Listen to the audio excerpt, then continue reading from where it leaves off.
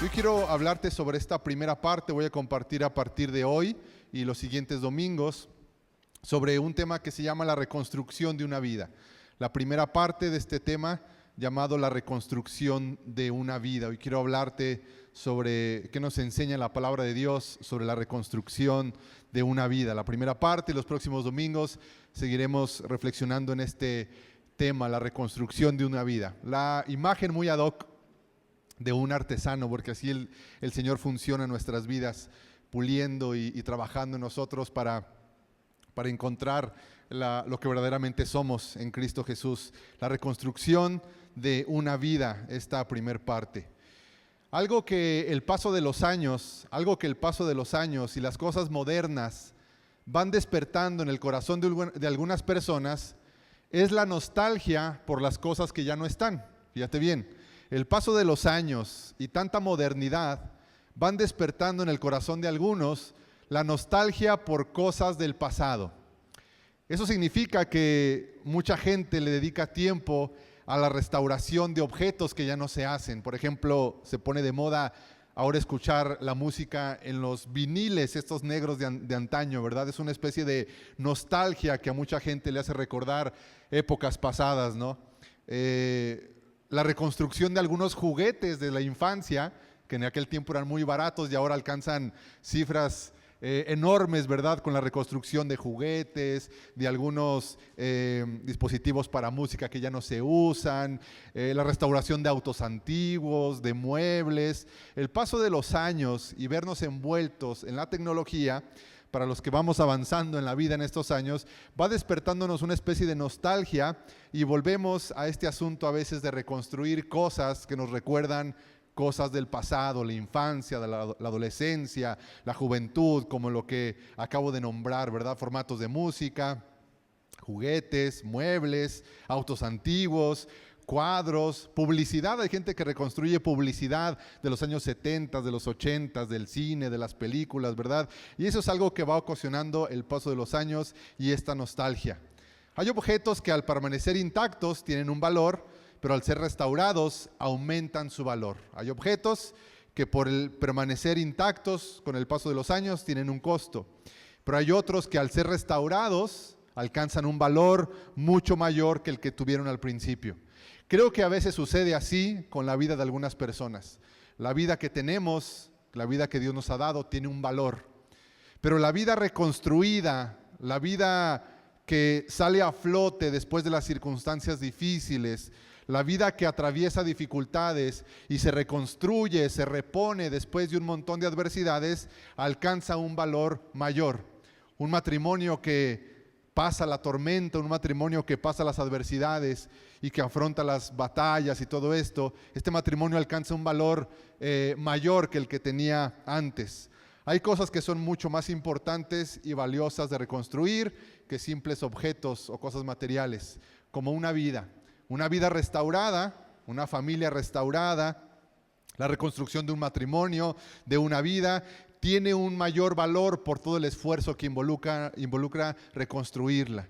El sudor, las lágrimas que hay detrás de una restauración de una vida, de una familia, le dan un valor enorme, un valor delante de los ojos de otros al ver cómo se han sobrepuesto, un valor delante de los ojos de Dios porque Dios ha trabajado en ellos, un valor para compartir con otras personas lo que Dios ha hecho en sus vidas. En la Biblia encontramos varias historias de personas que reconstruyeron su vida. Una asombrosa restauración que descubrieron algunos. Una de ellas es la tarea titánica que Dios le encomienda al pueblo de Israel de reconstruir el templo. Ese es uno de los ejemplos que tenemos de restauración. La restauración de muchas vidas, en la palabra de Dios las encontramos. Los discípulos de Jesús son un claro ejemplo de vidas restauradas. Pero hay algo que me llama mucho la atención y es la reconstrucción del templo que Dios le ordena a algunas personas de Israel reconstruir. El templo era enorme, el templo era glorioso. Al rey Salomón le costó mucho dinero y mucho tiempo construirlo.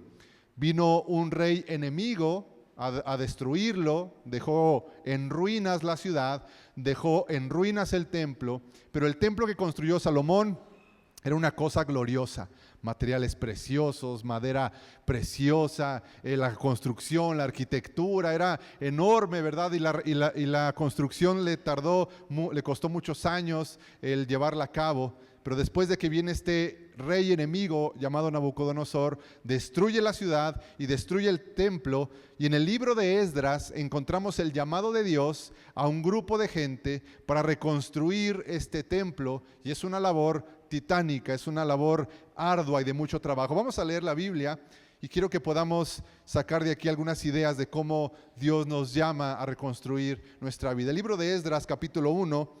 Verso 1 en adelante, va a aparecer por ahí el pasaje en la pantalla.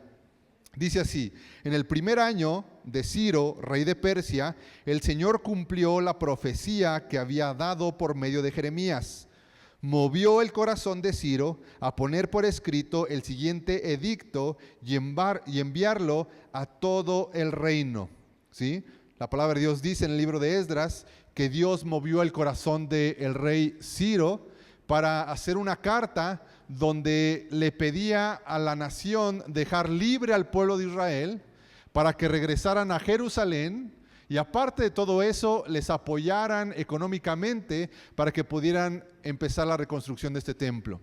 Durante muchos años la nación de Israel fue llevada en cautiverio, fue llevada en esclavitud a la antigua Babilonia. El rey Nabucodonosor se los llevó, los esclavizó, destruyó la ciudad. Pero en un punto de la historia dice la Biblia que se cumplió la profecía del profeta Jeremías, ¿verdad?, que había hecho hacia el pueblo de Israel, y Dios movió el corazón del rey Ciro para liberar a la nación de Israel y que empezaran a reconstruir el templo que había sido destruido.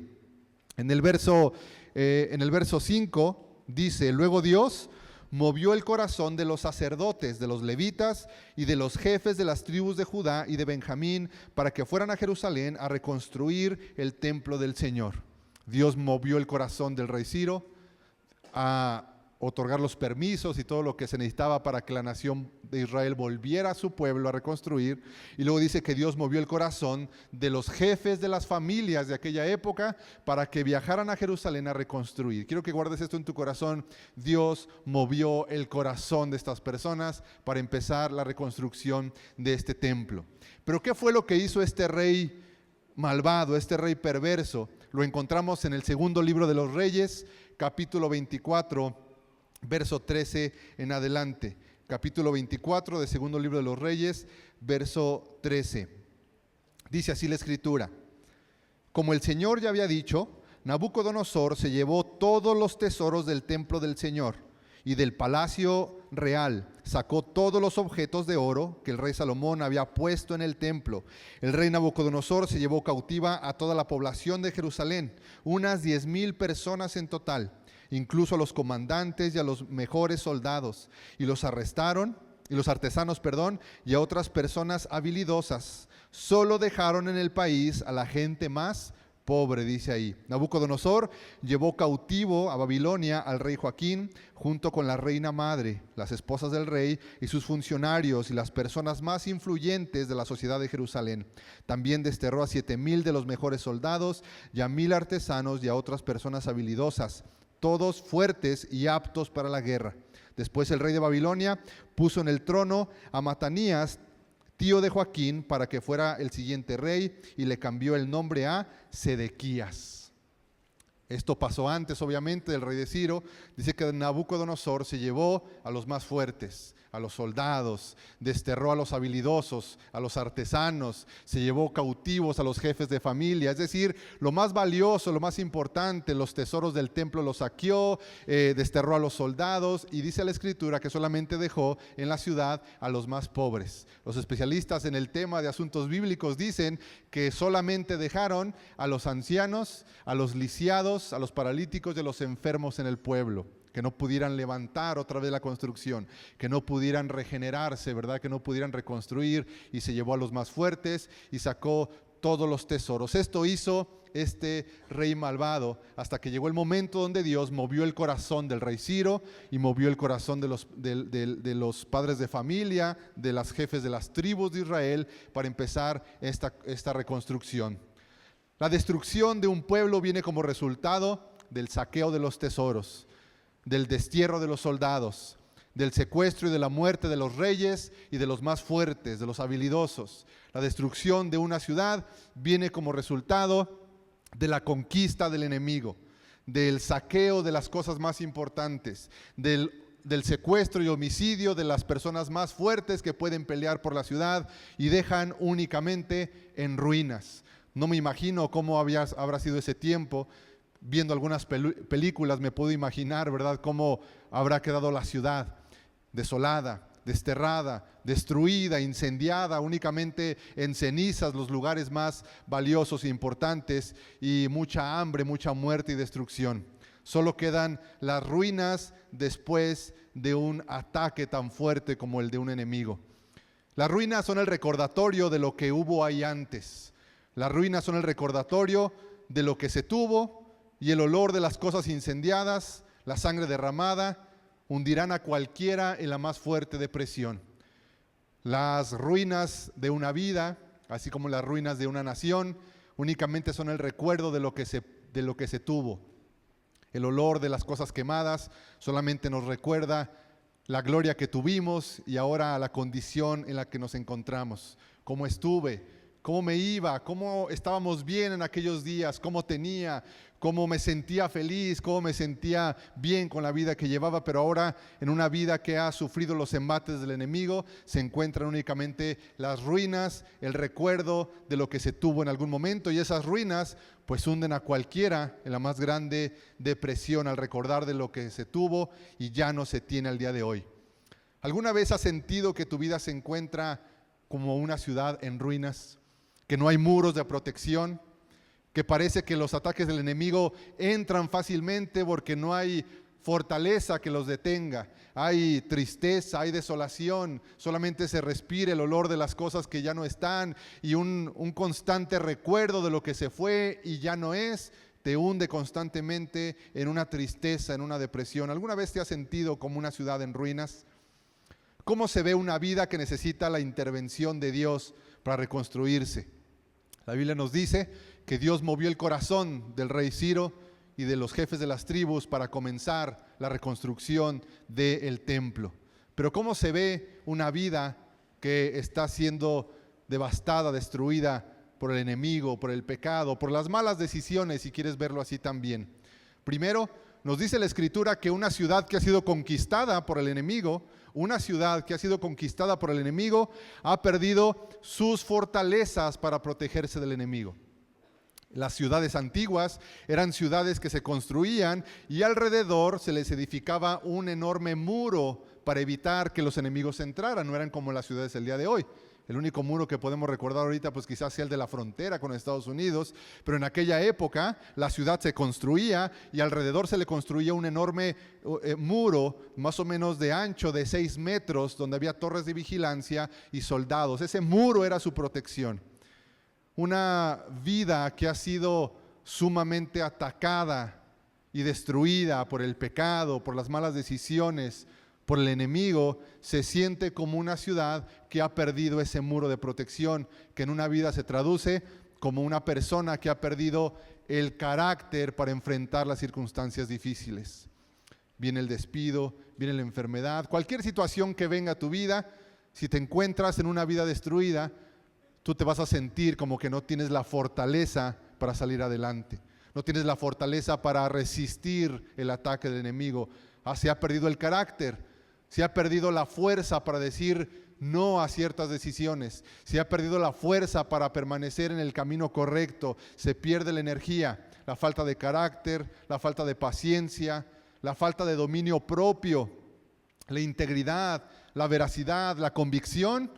Son muros de fortaleza en la vida de una persona. Cuando tenemos paciencia, la paciencia es una fortaleza para soportar los ataques del enemigo. Cuando perdemos la paciencia, cuando perdemos el muro de protección llamado paciencia, vamos a ser más presa fácil de los ataques del enemigo. Cuando perdemos el dominio propio también es un muro de protección, y cuando se pierde el dominio propio, nos sentimos vulnerables hacia los ataques del enemigo. Así como en la ciudad de Jerusalén, que perdió sus muros de protección, muchas vidas se encuentran desprotegidas ante la pérdida de las fortalezas como el carácter, la paciencia, el dominio propio para enfrentar las dificultades. Dice la Escritura que la ciudad pierde a quienes deberían de luchar por ella. El rey Nabucodonosor, nada tonto, no se llevó a los enfermos y a los más débiles, se llevó a los soldados, se llevó a los reyes, se llevó a los habilidosos constructores que podían empezar la obra de reconstrucción. Cuando una familia está sufriendo los ataques del enemigo, el enemigo va a atacar a las piezas claves dentro de la familia. La ciudad de Jerusalén perdió a los que podían luchar por ella. Así las familias que sufren los ataques del enemigo pierden o se ven debilitados los que deberían de luchar por la familia. El matrimonio que ya no quiere pelear por su matrimonio. La pareja que ya no está dispuesta a dejarlo todo, como dicen por ahí, todo en el asador para poder sacar el matrimonio adelante. El matrimonio que deja de luchar por sacar adelante a sus hijos. La pareja que ya no quiere poner de su parte ni pedirle a Cristo que se forme en ellos para sacar adelante el matrimonio. Es como una ciudad que pierde a los fuertes que deberían de pelear por ella. ¿Tiene sentido lo que le estoy diciendo? Lo primero es que se pierden los muros de protección. Paciencia, integridad, carácter, dominio propio. Nos sentimos desprotegidos por los ataques. Lo segundo, la familia como la ciudad pierde a los fuertes. El padre ya no quiere hacer su rol dentro del hogar. La madre no quiere sacar adelante su familia. Los hijos no están dispuestos a comprometerse con los padres para sacar adelante la situación familiar. El matrimonio que no quiere luchar por sacar adelante a esa familia es como una ciudad que pierde a los fuertes que ya no quieren pelear por su ciudad, por su familia. Lo segundo es, nos dice la Biblia, que únicamente quedaron los pobres y los indefensos en la ciudad. Cuando viene el enemigo a atacar una familia, un matrimonio, los roles dentro de la familia se invierten. Y muchas veces los hijos, ¿verdad?, son los que se vuelven más vulnerables ante esta situación. Cuando el enemigo llamado Nabucodonosor en esta historia dejó a los más pobres y débiles, ¿verdad? Sabía que ellos no podían enfrentar la lucha. Sabían que ellos no tenían la capacidad para sacar adelante las situaciones difíciles. Y el enemigo ataca a los padres de familia, el enemigo ataca al liderazgo, a las cabezas de las familias. ¿Para qué? Para dejar a los más indefensos únicamente. Los roles se invierten y son los indefensos los que empiezan a cargar con todo el peso de la situación familiar. Los pobres y los indefensos, como muchas veces resultan siendo a veces los hijos, la esposa sola, el esposo solo, ¿verdad? Después de situaciones, se ven como los pobres en una ciudad que no tienen la fuerza para sacar adelante la situación familiar, sacar adelante la reconstrucción de esa ciudad llamada familia. También el rey Nabucodonosor se llevó todos los tesoros, los dejó en pobreza. Si bien es cierto, la familia sufre los embates también de la economía, porque la economía es importante, las situaciones financieras son importantes, pero hay otros tesoros que el enemigo quiere saquear de una familia. Una vida que no tiene el mayor tesoro de todos en su vida, porque ha sido saqueado, es una familia que ha perdido la presencia de Dios y la persona de Jesucristo. Dice la Escritura que Nabucodonosor llegó al templo, que representaba la casa de Dios en aquella época, y se llevó todos los tesoros. Sin estos tesoros en la vida de una persona, es difícil tener los recursos para salir adelante. Cuando una vida se encuentra en reconstrucción, lo primero que necesita son recursos para volver a construir. ¿Sí? ¿Tiene sentido? Estos recursos no son únicamente económicos. Estos recursos son los recursos que Dios nos ofrece, que son los tesoros del reino de Dios para empezar a reconstruir una vida. Si tu vida se encuentra dentro de un perfil como el que acabo de describir, tú necesitas de los tesoros del reino de Dios para empezar la reconstrucción de tu vida. Porque una vida que ha sido saqueada, lo primero que el enemigo saquea de esa vida son los tesoros del reino de Dios. Se pierde la presencia de Dios. Ya no se tienen los ojos puestos en Jesucristo.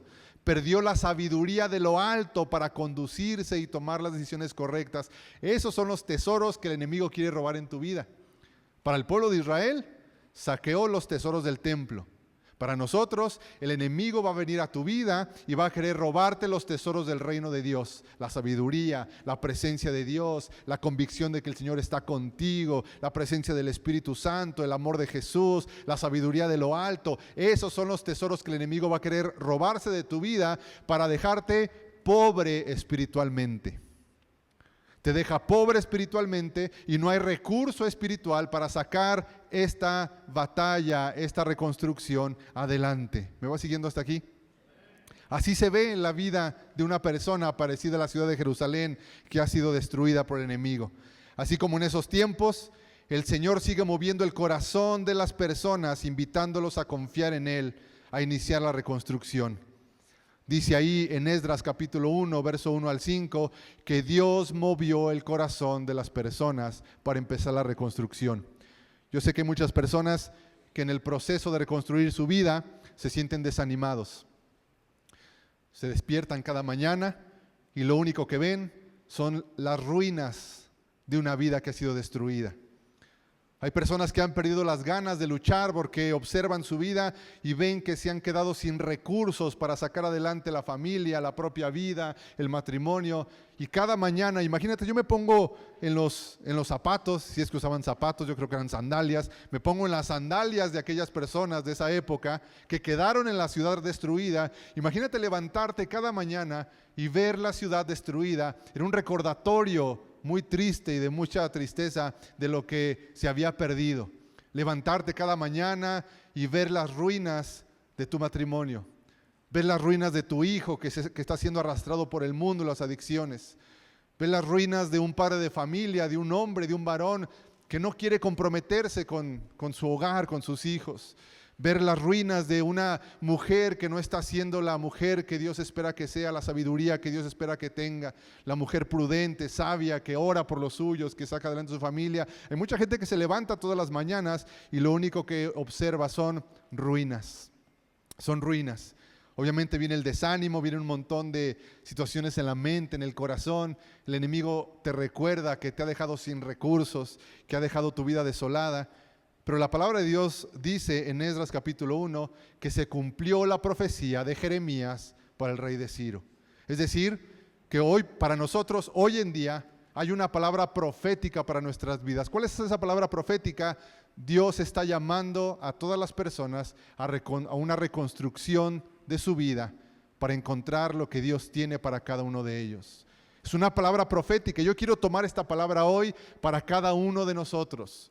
Para todos nosotros esta mañana, yo quiero tomar esta palabra profética. Vino el enemigo y destruyó. Pasaron años de cautividad. Parecía que no había esperanza. Todas las mañanas únicamente estaban las ruinas. Pero Dios ya había hablado una palabra en el profeta Jeremías que tarde o temprano se iba a cumplir. Y lo que Dios ha hablado para tu vida, lo que Dios ha hablado para mi vida, no importa lo que haga el enemigo, siempre se va a cumplir esa palabra de parte de Dios. Es una palabra profética para nuestras vidas. Yo pienso que el pueblo de Israel estaba desanimado, pasaban años, pasaban décadas, veían las ruinas y se mantenían esperando que se cumpliera la palabra del profeta Jeremías, porque déjame decirte que Jeremías escribió lo que iba a suceder con el rey de Ciro muchos años antes que Ciro existiera. Y cuando el rey de Ciro de repente se despertó un día y los sabios de aquella época le presentaron las profecías de Jeremías, le dijeron: rey Ciro, fíjate lo que dice Jeremías, se levantará un hombre llamado Ciro para empezar la reconstrucción de ese templo. Y Ciro dijo: Dios estaba hablando de mí. Hay una palabra de vida para tu vida que Dios ha declarado, que Dios ha establecido, que parece muchas veces que como que no se cumple, como que no llega, pero lo que Dios ha hablado, tarde o temprano se va a cumplir en tu vida. Tienes que mantenerte en esa palabra profética. ¿Y cómo sucede esta reconstrucción? Dios moviendo nuestro corazón. El inicio de la reconstrucción de una vida inicia cuando Dios despierta el espíritu de la persona, quita el velo del corazón para levantarse en la reconstrucción de esta vida. Con esto quiero ir cerrando el mensaje del día de hoy.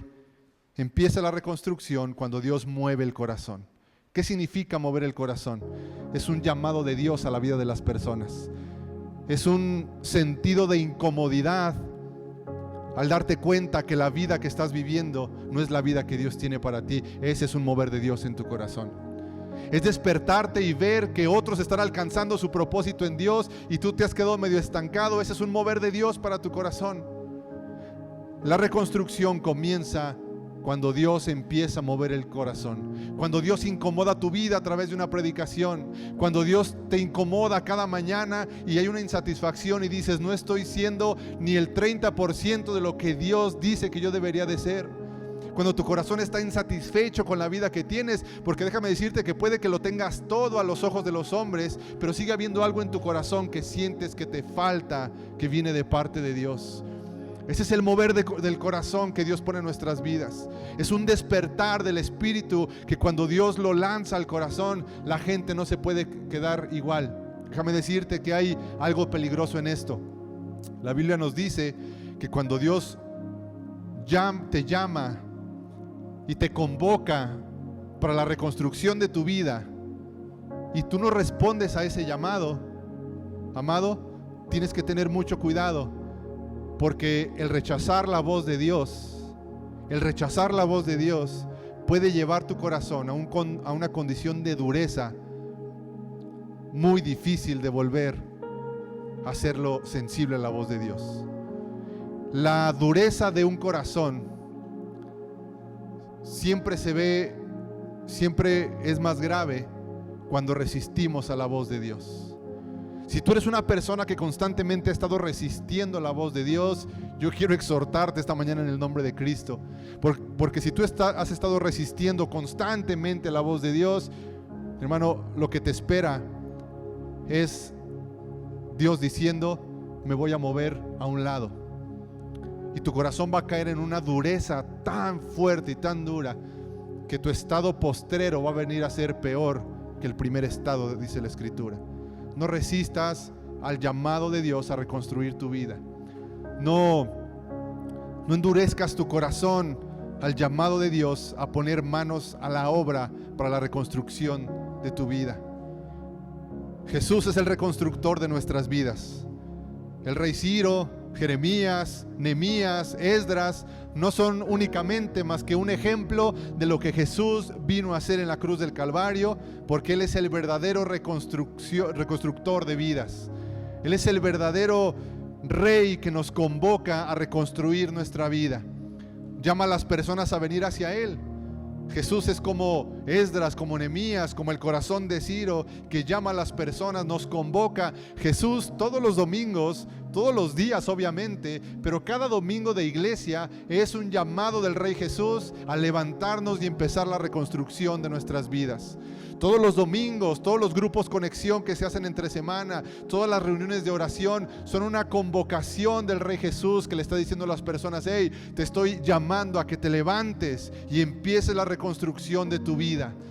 Que empieces a ver cómo yo de esas ruinas y de esas cenizas voy a hacer algo grande, voy a hacer algo grandioso, porque esta obra a tus ojos es titánica. Reconstruir tu vida a tus propias fuerzas y tus ojos es una labor que parece imposible, dice el Señor, pero Jesús dice, yo te estoy convocando.